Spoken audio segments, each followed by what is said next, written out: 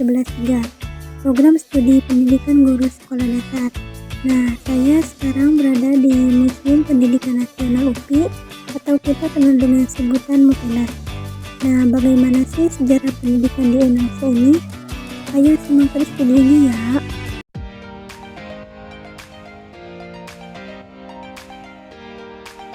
Yang pertama adalah pendidikan pada masa praksara. Pendidikan ini sangat sederhana, yaitu zaman batu dan zaman logam, di mana kapak, peliung, dan lain sebagainya sebagai media pembelajaran serta kepala keluarga atau tokoh yang disangkakan di masyarakat sebagai guru yang mengajarkan bagaimana bertahan hidup secara nomaden. Pendidikan praksara dibedakan menurut jenis kelaminnya, yakni pria belajar berburu dan wanita mengelola makanan. Secara garis besarnya, pendidikan zaman praksara adalah pendidikan informal, di mana intinya belajar bertahan hidup dari satu tempat ke tempat lain. Agama pertama yang dianut oleh masyarakat Indonesia adalah Hindu dan Buddha pada abad ke-4, di mana terjadi proses Indianisasi di Indonesia. Pada masa ini, leluhur mengenal tulisan Pallawa dan bahasa Sanskerta. Media tulis zaman ini menggunakan daun lontar kering dan diukir menggunakan pisau, pengupak atau pengutik. Selain itu, terdapat Arca Dewi Saraswati dan Ganesha sebagai dewa dan dewi ilmu pengetahuan bagi umat Hindu, serta salah satu relief Candi Borobudur yang menceritakan pendidikan berbasis agama Buddha dengan sistem gurukula.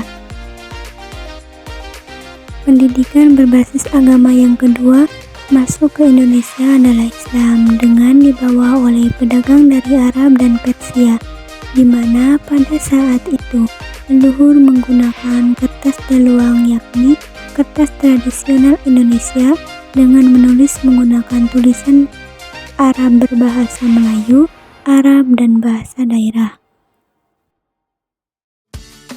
Untuk menulis di atas kertas daluang, leluhur menggunakan ujung bulu angsa dan paku andang, serta tinta mangsi distur dengan didaurkan ke wadah tinta balok. Adapun ketiga masjid yang berperan pada saat agama Islam masuk ke Indonesia, yakni Masjid Agung Demak, Masjid Agung Banten, dan Masjid Menara Kudus, di mana ketiga masjid ini didirikan oleh para wali dan untuk mengembangkan agama Islam. Pendidikan berbasis agama yang terakhir datang ke Indonesia, yakni agama Nasrani yang dibawa oleh pendatang dari Eropa seperti Portugis, Jerman, dan Belanda.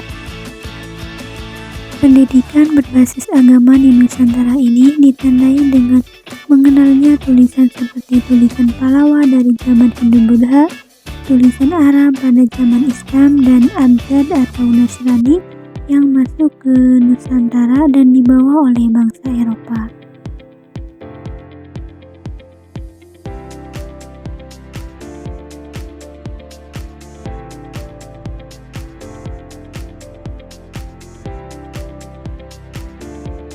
Selanjutnya ada kekayaan seni budaya di Nusantara. Kekayaan seni budaya di Nusantara yang merupakan salah satu bentuk kearifan lokal yang diwariskan dari generasi tua kepada generasi penerusnya.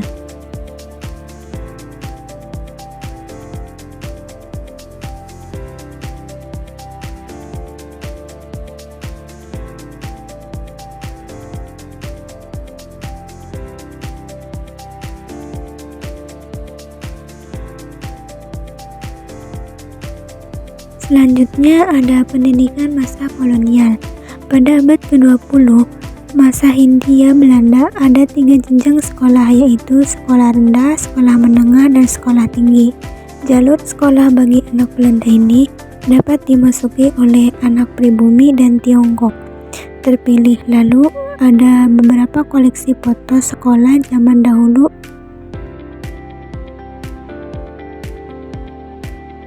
Yang pertama ada Sekolah Mulo yang menjadi SMP 5 Bandung Mulo, merupakan pendidikan rendah yang diperluas dengan bahasa Belanda. Yang kedua ada Sekolah HBS Bandung. yang sekarang menjadi SMA 3 dan SMA 5 Bandung.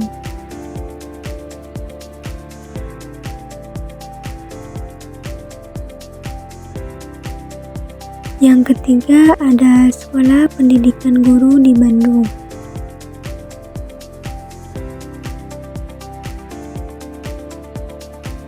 Selanjutnya ada Gedung Ospia Serang Banten yang sekarang menjadi kantor kepolisian Resort Kabupaten Serang.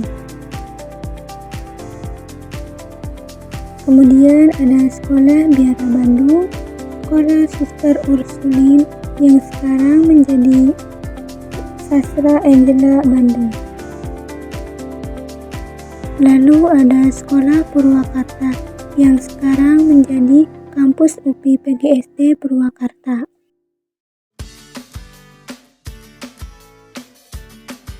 Madrasah Mu'allimin Muhammadiyah Yogyakarta.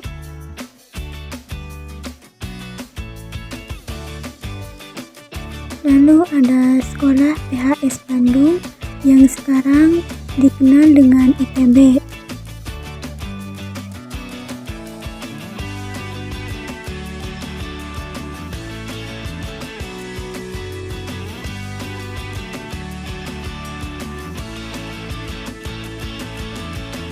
Ada 4 karakter utama pendidikan zaman kolonial Belanda.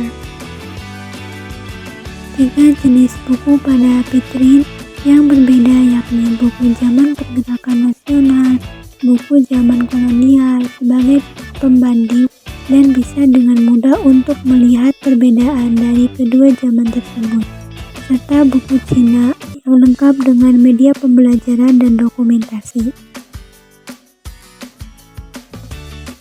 Nah, ada seragam sekolah di Indonesia dari masa ke masa.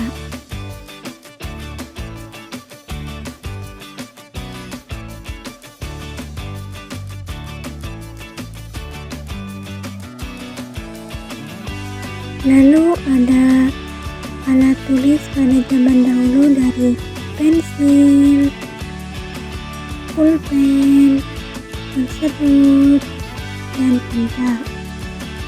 Selanjutnya ada pendidikan masa pendudukan Jepang. Terdapat rangkaian upacara bendera setiap hari untuk menghormati kepada bendera Jepang. Kemudian ada gambar sekolah pendidikan peta.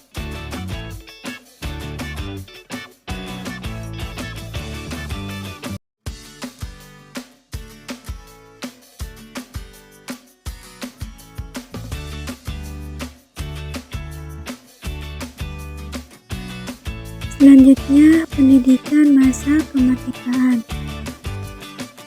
Pada tahun 50-an, ada sekolah impres.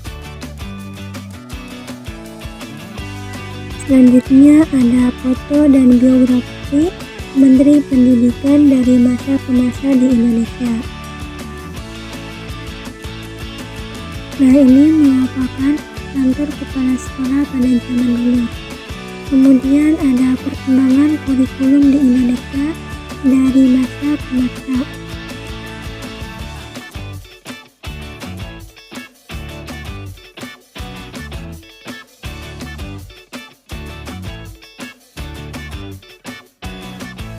Selanjutnya, pendidikan zaman reformasi.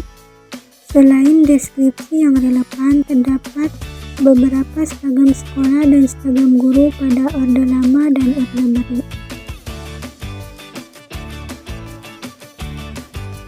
Kemudian ada tokoh-tokoh pendidikan nasional. Terdapat 8 tokoh pendidikan nasional yang berperan aktif serta berkiprah dalam memperjuangkan pendidikan, terutama pendidikan bagi kaum pribumi. Selanjutnya ada sejarah Ibu Dewi Sartika. Raden Dewi Sartika membentuk sebuah sekolah bernama Sekolah Istri yang nantinya lebih dikenal dengan Sekolah Keutamaan Istri. Materi yang diajarkan di sekolah ini lebih diarahkan kepada keterampilan wanita seperti membatik, menyetrika, memasak, menjahit, merenda, mencuci, dan menyulap. Selain berbagai macam keterampilan, Diajarkan pula pelajaran bahasa Melayu, pelajaran agama, bahkan bahasa Belanda.